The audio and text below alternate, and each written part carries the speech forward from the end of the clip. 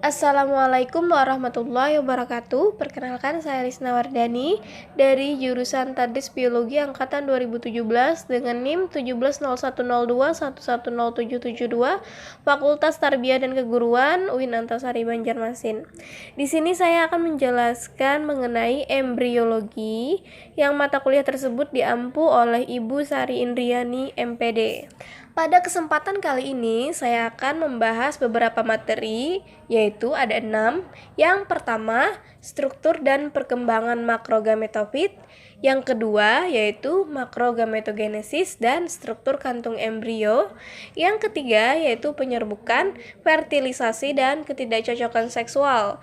Yang keempat, perkembangan embrio dan poliembrioni. Yang kelima, yaitu endosperm dan apomixis. Yang keenam, struktur dan perkembangan biji. Yang pertama, kita akan membahas mengenai struktur dan perkembangan makrogametofit. Di sini, serbuk sari berkembang di dalam kepala sari atau antera dan penyebarannya menggunakan kekuatan yang berasal dari kepala sari. Setelah tersebar, serbuk sari tetap sebagai unit-unit fungsional yang bebas dan didedah pada kondisi lingkungan biasa selama periode yang bervariasi. Kualitas serbuk sari, terutama viabilitas dan kemampuannya, tergantung pada periode dan keragaman lingkungan. Hal ini mungkin mempengaruhi fase prepolinasi atau sebelum penyerbukan. Nah, selanjutnya serbuk sari akan menempel pada kepala putik atau stigma dan terjadilah penyerbukan di sana melalui agen atau pembawa baik sifat abiotik maupun biotik. Tumbuhan itu berevolusi dengan cara yang sangat beragam dan beradaptasi agar mengalami penyerbukan. Nah, di sini penyerbukan adalah peristiwa kritis dan berperan utama dalam produktivitas tanaman pertanian. Selanjutnya, kita akan membahas mengenai makrogametogenesis. Nah, apa sih makrogametogenesis itu? Jadi, makrogametogenesis adalah sel gamet tumbuhan yang bisa dilihat oleh mata telanjang tanpa menggunakan mikroskop. Nah, kalau mikrogametogenesis itu hanya bisa dilihat dengan mikroskop perkembangannya. Di sana lihat pada gambar ada bunga. Di sana ada bakal buah, bakal biji, sel induk dan sel induk megaspora. Kemudian terjadilah meiosis. Nah, di dalam meiosis itu terjadi menghasilkan 4 megaspora. Kemudian 3 megaspora mati dan 1 megaspora berkembang. Maka terjadilah mitosis 1, kemudian mitosis 2, lalu kemudian mitosis 3. Nah, di sana terjadi pembelahan sitoplasma pada inti polar dan sel telur. Hasilnya 7 sel, 8 inti gametofit betina. Kemudian adapun struktur dari kantung embrio ini, di sana ada gambar yang ditunjukkannya pada mantel. Kemudian ada di sana hilum, mikropil, endosperma. Kemudian ada embrio, kotiledon, radikula, hipokotil. Nah, embrio ini dikelilingi oleh kotiledon dan endosperma yang merupakan persediaan makanan. Embrio dan persediaan makanan itu terbungkus oleh selaput biji. Bila kita membuka biji kacang misalnya yang dikotil, terlihat bahwa embrio melekat pada kotiledon. Nah, di bawah titik pelekatan embrio dan kotiledon itu terdapat sumbu embrionik yang disebut dengan hipokotil. Di bawah hipokotil terdapat radikula yang merupakan bakal akar. Nah, bagian sumbu embrionik di atas kotiledon adalah itu epikotil, dan pada ujungnya terdapat plumula yang merupakan bakal daun. Biasanya pada kacang-kacangan, kotiledon itu berdaging sebelum biji berkecambah, tapi kotiledon biji jarak sangat tipis dan mempertahankan persediaan makanannya di endosperma. Nah, kotiledon ini akan menyerap zat-zat makanan dari endosperma dan memindahkannya ke embrio ketika biji jarak mulai berkecambah. Kemudian, adapun penyerbukan pada tumbuhan, di sini ada 4. Penyerbukan sendiri, penyerbukan tetangga, penyerbukan silang, dan penyerbukan bastar. Nah, di sana ada gambar bunga. Kita tahu bahwa alat biakan generatif pada tumbuhan itu adalah bunga. Nah, pada bunga akan terjadi proses penyerbukan dan juga pembuahan. Sebelumnya, kita harus mengetahui apa sih itu penyerbukan. Jadi, penyerbukan merupakan proses melekatnya serbuk sari atau sel kelamin jantan pada kepala putik atau sel kelamin betina. Nah, penyerbukan menjadi bagian penting dari proses reproduksi tumbuhan biji. Penyerbukan yang berhasil akan diiringi dengan tumbuhnya bulu serbuk yang memasuki saluran putik untuk selanjutnya menuju bakal buah. Nah, pada bakal buah inilah terjadi peristiwa penting selanjutnya, yaitu pembuahan. Di sini saya akan menjelaskan mengenai jenis-jenis penyerbukan berdasarkan asal serbuk sarinya, yaitu dibedakan menjadi 4: autogami, gaetogami, allogami, dan hibridigami. Yang pertama ada autogami atau penyerbukan sendiri. Nah, autogami adalah penyerbukan yang terjadi jika serbuk sari jatuh ke kepala putik dari bunga itu sendiri. Penyerbukan sendiri terjadi pada saat bunga belum mekar atau dalam kondisi tertutup, sehingga disebut juga penyerbukan tertutup atau kleistogami. Contohnya, penyerbukan sendiri ini pada bunga telang, pada bunga turi. Kemudian ada gaetogami atau penyerbukan tetangga. Nah, gaetogami ini penyerbukan yang terjadi jika serbuk sari jatuh ke kepala putik bunga lain, tetapi kedua bunga tersebut masih dalam satu pohon.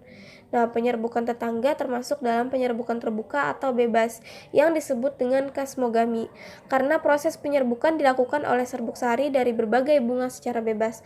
Contohnya penyerbukan pada bunga jagung. Selanjutnya ada allogami atau penyerbukan silang.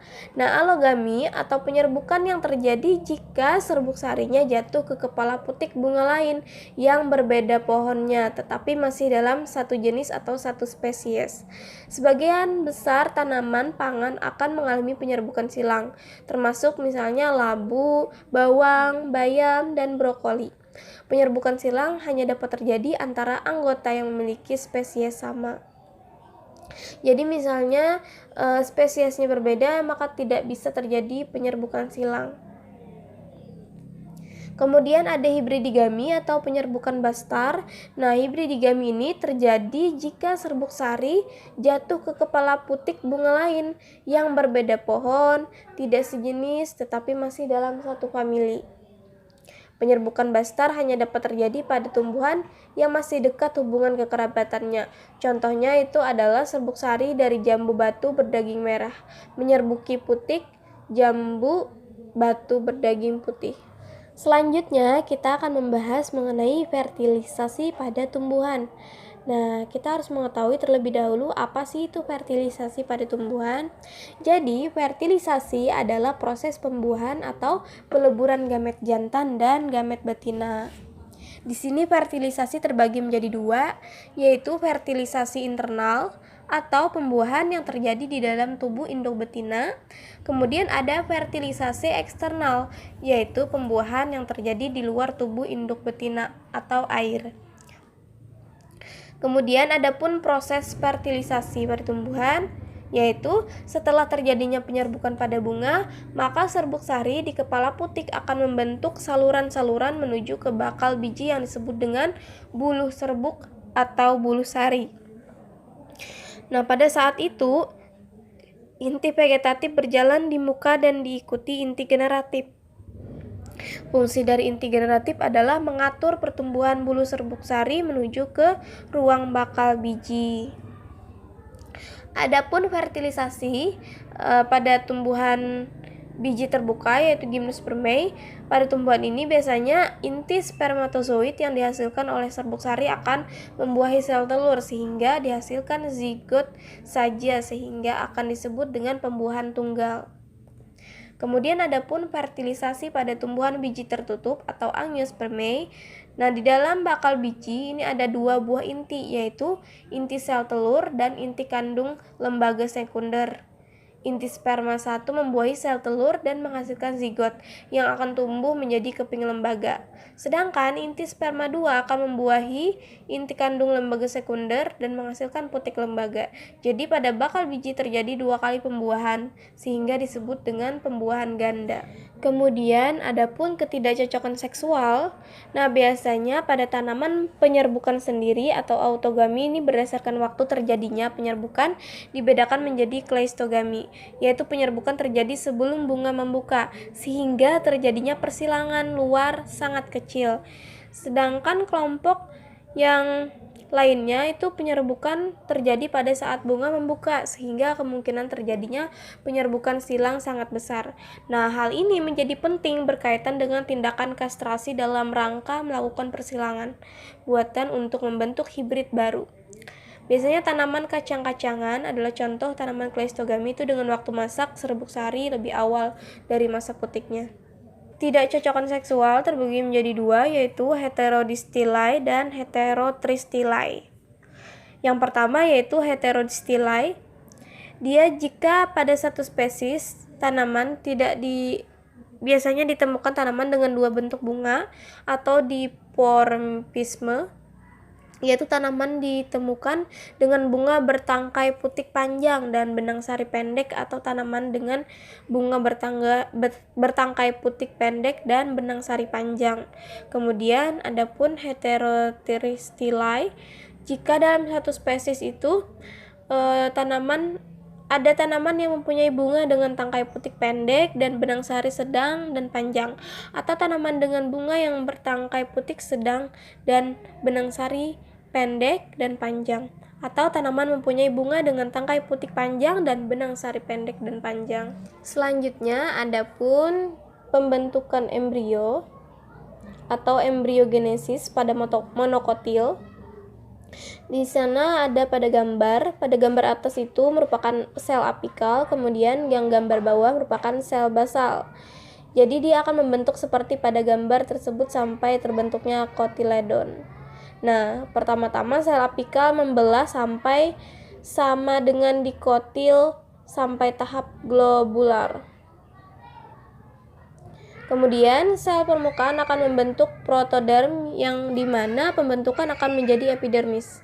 Kemudian bagian tengah itu merupakan hipokotil, meristem dasar, dan sistem prokambium. Adapun tahap jantung merupakan bagian atas mendatar jadi seperti jantung. Tahap hati di mana bagian atas melekuk seperti hati. Kemudian kotiledon yang berkembang hanya salah satu saja, yang dominan hanya satu. Kemudian pada tahap torpedo, kedua sisi embrio tahap jantung akan membelah lebih cepat dibandingkan dengan bagian tengahnya. Kemudian adapun embriogenesis pada tumbuhan dikotil. Adapun tahapannya seperti pada gambar, zigot membelah asimetris membentuk sel apikal yang kecil dan sel basal yang besar. Kemudian sel apikal berkembang menjadi embrio.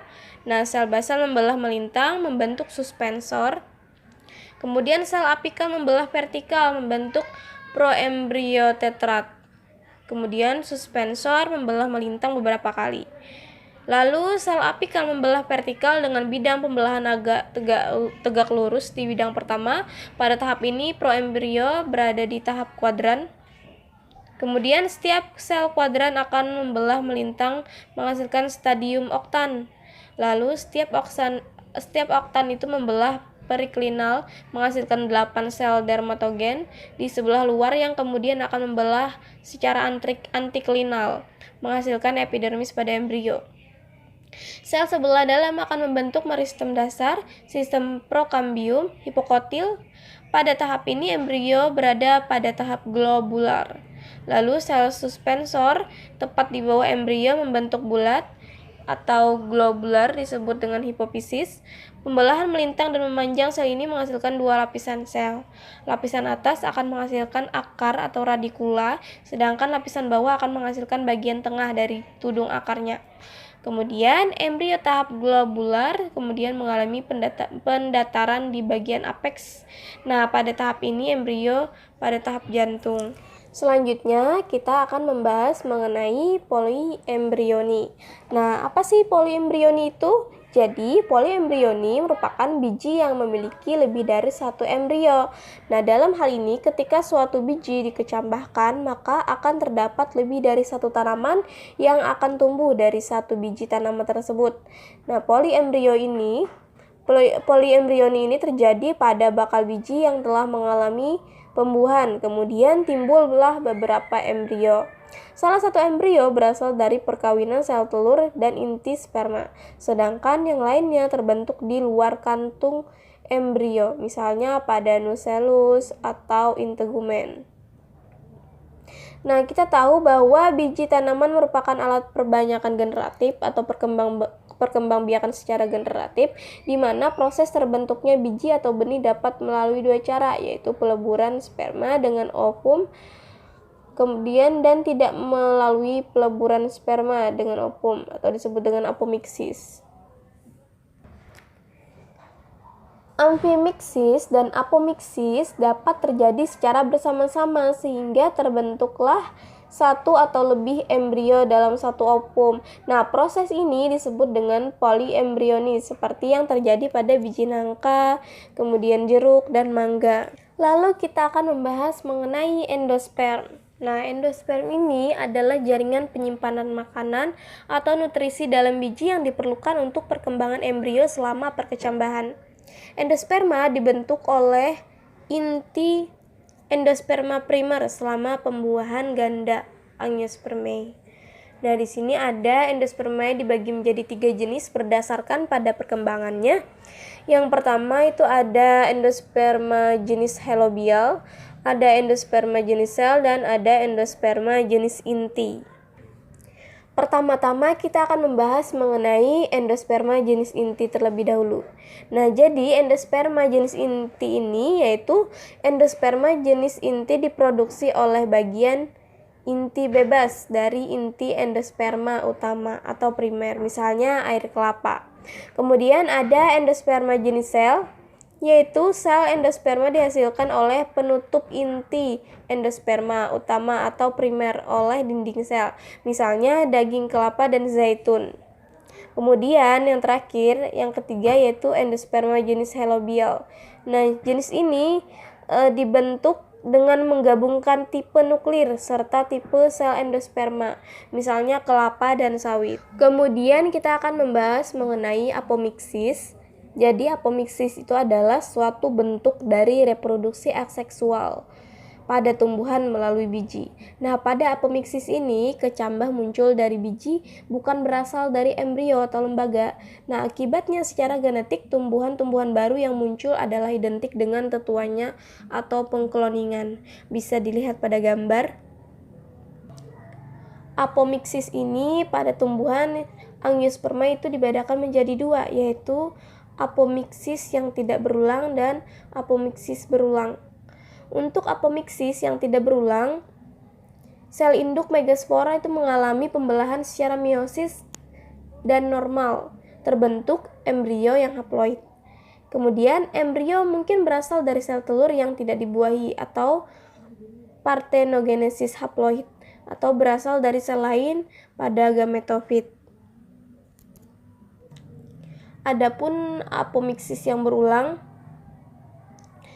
yaitu kantong embrio berasal dari archesporium atau apospori generatif atau bagian lain dan nucellus atau apospori somatik. Nah, semua inti sel yang bersifat menyusun kantong embrio itu bersifat diploid. Jadi embrio berasal dari sel telur yang tidak dibuahi atau parthenogenesis diploid atau dan sel lain pada gametofit atau disebut dengan apogami diploid. Selanjutnya adapun struktur biji. Jadi kita tahu bahwa biji adalah alat reproduksi, penyebaran dan kelangsungan hidup suatu tumbuhan.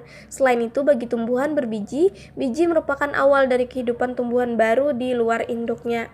Di sini ada struktur biji, ada kulit biji, ada plumula, kemudian ada radikula, ada epikotil dan hipokotil, itu untuk yang kacang atau yang dikotil. Kemudian ada yang monokotil terjadi pada jagung, yaitu ada cotyledon atau scletum.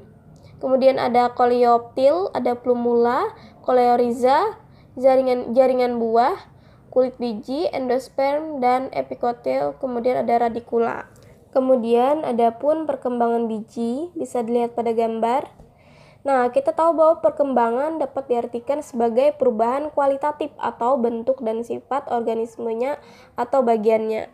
Pada tumbuhan, perkembangan ini erat kaitannya dengan pembentukan organ-organ tumbuhan dan perubahan bentuk dari embrio atau biji hingga menjadi tumbuhan utuh. Nah, di sini berdasarkan letak cotyledonnya, perkecambahan dapat dibedakan menjadi dua, yaitu epigel dan hipogel. Pada perkecambahan epigel, itu cotyledonnya terdapat di permukaan tanah karena terdorong oleh pertumbuhan hipokotil yang memanjang ke atas. Kemudian ada pun perkecambahan hipogel, itu cotyledonnya terdapat tetap berada di bawah tanah, sedangkan plumula keluar dari permukaan tanah yang disebabkan dengan pertumbuhan epikotil yang memanjang ke arah atas. Itulah tadi materi yang dapat saya sampaikan berkenaan dengan struktur dan perkembangan makrogametofit, kemudian makrogametogenesis dan struktur kantung embrio, penyerbukan, fertilisasi dan ketidakcocokan seksual, kemudian ada perkembangan embrio dan poliembrioni, ada endosperm dan apomiksis, kemudian ada struktur dan perkembangan biji. Oke, sampai di sini dulu. Semoga videonya bermanfaat untuk kita semua. Assalamualaikum warahmatullahi wabarakatuh.